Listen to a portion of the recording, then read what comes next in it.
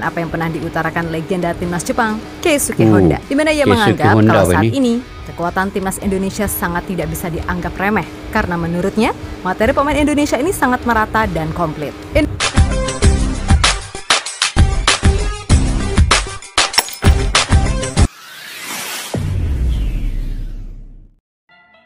Assalamualaikum dan salam persaudaraan. Selamat bertemu kembali di channel Askalani Studio guys. Oke guys, hari ini saya ingin mereaksi satu video yang mana mereka bisa meledak kapan saja. Hati-hati, tim-tim Asia ingatkan Korea Selatan untuk tidak remehkan Indonesia. Jadi itu judul video yang akan saya reaksi pada hari ini. Tetapi sebelum itu, ini telah terjadi kepada Australia dan juga Jordania ya.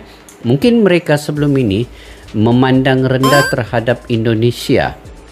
Begitu juga dengan Qatar. Sebenarnya mereka memandang rendah Indonesia dan mereka menggunakan segala apa yang ada untuk cuba mengalahkan Indonesia. Tetapi tidak berlaku dengan mudah sebenarnya. Dan dengan Qatar menggunakan wasit untuk memadamkan keinginan Indonesia untuk menang atas Qatar, dibantu dengan kecurangan wasit itu tadi. Indonesia dikenakan 2 kartu merah dan penalti. Kemudian ketika menentang Australia, sebelum permainan berlangsung pun, pelatih Australia mungkin menganggap mudah kepada Indonesia ini. Dan Jordania begitu juga. Mereka menganggap bahwa Indonesia ini mereka perlu hentikan serta-merta kemenangan ke atas Australia itu. Jordania ingin menyekat terus, tetapi akhirnya yang berlaku di sebaliknya. Indonesia menang ke atas Jordania, menang juga ke atas Australia. Jadi yuk guys, kita simak video ini daripada channel Gals ini. Apa saja yang terkandung dalam video ini, nanti saya akan memberi sedikit ulasan dan komentar di akhir video nanti. Oke, tanpa berbasa-basi yuk kita simak video ini.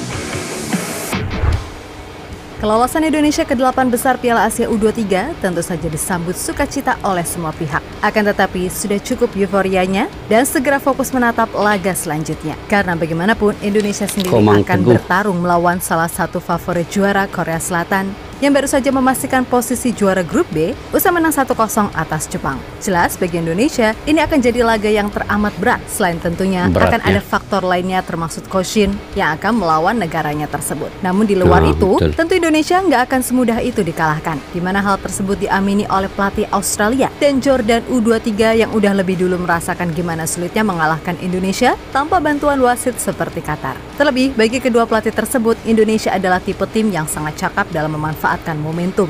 Sehingga dalam sekejap mereka bisa meledak bagaikan bom waktu yang langsung bisa men-strap tim lawan. Jadi telah dirasai oleh Australia dan juga Jordania ya. Cuma Indonesia perlu fokus lagi sekali ketika menentang Korea Selatan ini.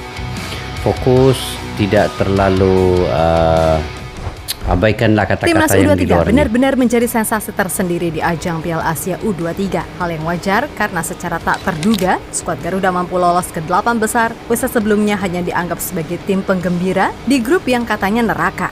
Lebih dari itu, Indonesia ini nggak cuma menang, melainkan mampu menampilkan permainan yang apik, baik itu dari sisi transisi ataupun sisi efektivitas. Yap, di laga versus Qatar, bolehlah Indonesia kalah dengan cara kontroversial, tapi harus diakui juga, di laga perdana, permainan timnas gak berkembang. Barulah di laga kedua melawan Australia, Indonesia mampu menunjukkan permainan yang solid terutama dari sisi defense. Dan di laga versus Jordania, skuad Garuda beneran tampil keren banget, sehingga skor 4-1 yang terjadi bukanlah sebuah hal yang mengejutkan. Ya, karena emang mainnya bagus gitu loh. Betul, ada satu permainan yang bagus. Cuma nanti inilah ketiadaan Nathan Joao itu yang kita cuma tidak perlu terlampau risau. Sinteyong ada penggantinya. Wah, ini gol Marcelino nih, cantik ya. Dia kuis sejak bola, gol. Terkejut tuh ini Jordania. Oh, Ini gol Witan Sulaiman pula. Ini gol berkelas dunia.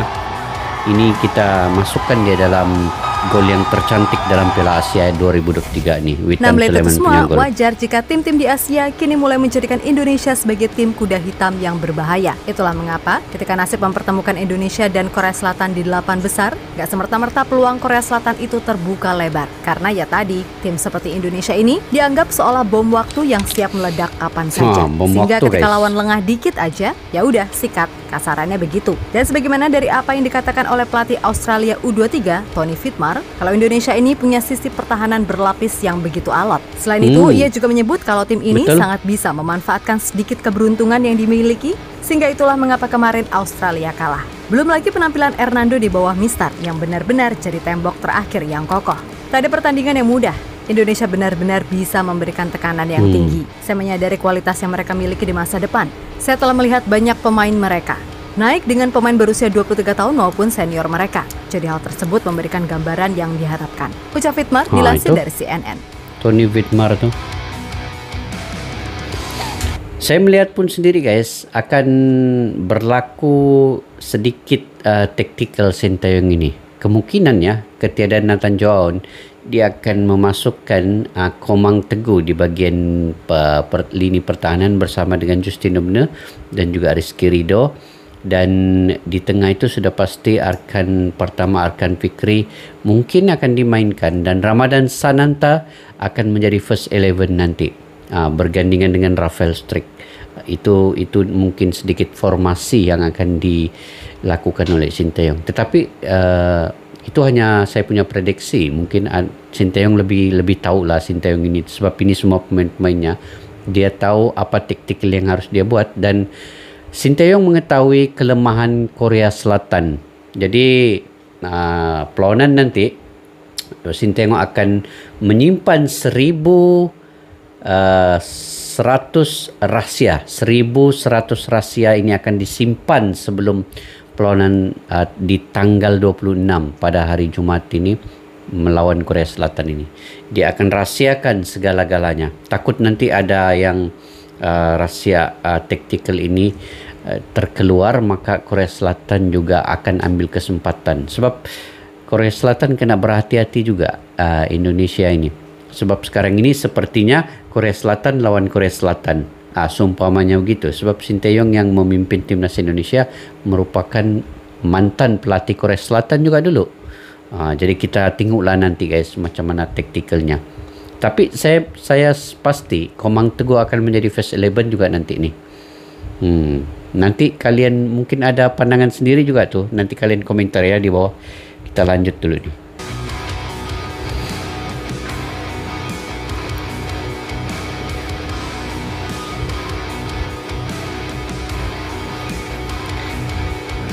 Marcelino ini seorang pemain yang sangat tenang guys, bersama dengan Rizky Ridho, antara pemain yang tenang lah. Lebih lanjut, pelatih Jordan U23 Abdullah Abu Zema juga menegaskan buat tim-tim Asia lainnya jangan pernah meremehkan Indonesia, sebab ia bersama timnya udah merasakan sendiri gimana alotnya permainan timnas Indonesia. Mulai dari sisi build up, compact defense, sampai efektivitas di depan gawang, beneran bisa dalam sekejap menyakiti siapapun lawannya. Dan hal itu sejatinya senada dengan apa yang pernah diutarakan legenda timnas Jepang, Keisuke Honda, di mana ia menganggap kalau saat ini kekuatan timnas Indonesia sangat tidak bisa dianggap remeh, karena menurutnya materi pemain Indonesia ini sangat merata dan komplit. Indonesia menjadi negara Asia Tenggara yang berbahaya. Dari materi pemain, mereka sangat komplit, ucap Honda.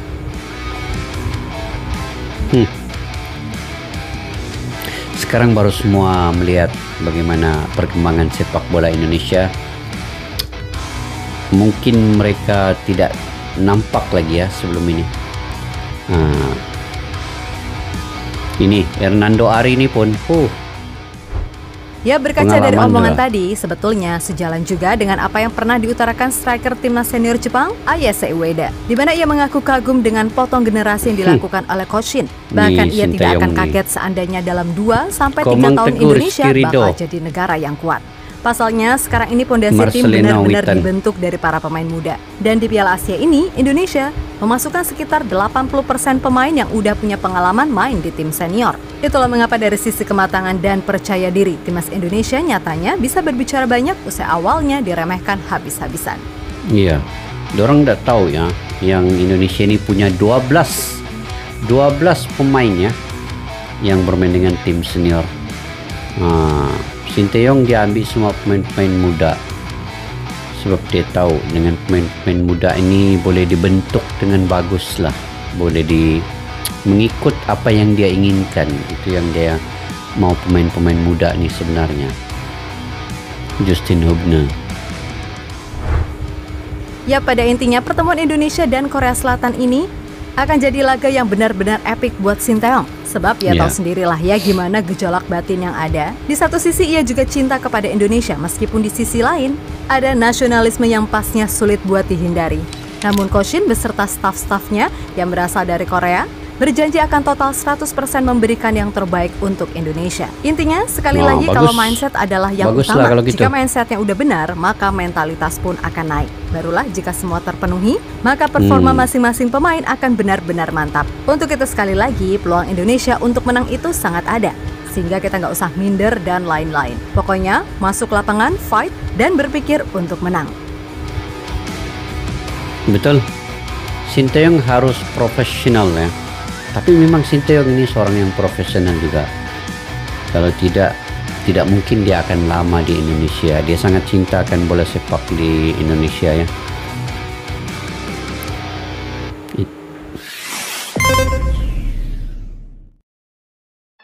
Oke guys, ini bukan sekadar pertandingan yang biasa sebenarnya. Ini adalah pertandingan yang luar biasa dan ini adalah pertandingan yang mempertemukan profesionalisme dan juga nasionalisme.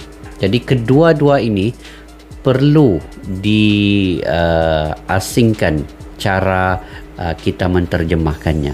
Itulah dia, Sinteyong berada di Indonesia sebagai pelatih dan perlu ada profesional. Tetapi dari sudut yang lain, Sinteyong juga warga negara Korea Selatan. Dari segi nasionalismenya sudah tentu dia sangat cintakan negaranya Korea Selatan, tetapi dari segi sudut profesionalismenya dia juga cintakan sepak bola di Indonesia dan kini dia sudah menjadi pelatih di Indonesia ini lebih kurang dalam 5 tahun lah, 4 ke 5 tahun dengan Indonesia. Jadi cintanya kepada Indonesia itu juga sudah mulai berputik ya. Dengan membina sistem sepak bola di Indonesia daripada bibit muda di kelompok umur. Dulu dia memimpin juga U20, kemudian U23 dan juga timnas senior. Sampai 3 tim sekaligus dibentuk oleh Sinteyong ini. Jadi dia tetap akan mempertahankan sepak bola Indonesia ketika melawan Korea Selatan. Dia inginkan kemenangan. Sinteyong ada target tertentu dan dia cuba capai setiap target yang dia inginkan. Begitu juga dengan pemain-pemain nanti pada segi taktikal, dia sudah tentu setiap tim yang dilawan oleh Indonesia, kalau di bawah kendali Sinteyong, dia akan ada perubahan taktikal. Untuk tim Qatar, lain taktikalnya.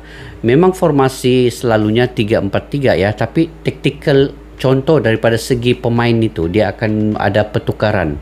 Okey, ketika lawan Australia, ada perubahan pemain sebab Ramadan Sananta dan Ivarjenia tidak main, tetapi dimasukkan pula Nathan Joaon bermain di tengah. Kemudian ketika menentang Jordania juga perubahan taktikal berlaku. Ivarjenia sudah masuk bermain ketika itu dan digandingkan lagi dengan Nathan Joaon dan juga Marcelino Ferdinand. Jadi sangat solid di tengah itu sampai Indonesia dapat mencetak 4 gol itu sebab taktikal penggabungan pemain-pemain ini dapat dibentuk oleh Sinteyong. Jadi dengan Korea Selatan ni nanti sudah tentu ada taktikal baru dengan adanya Ramadan Sananta.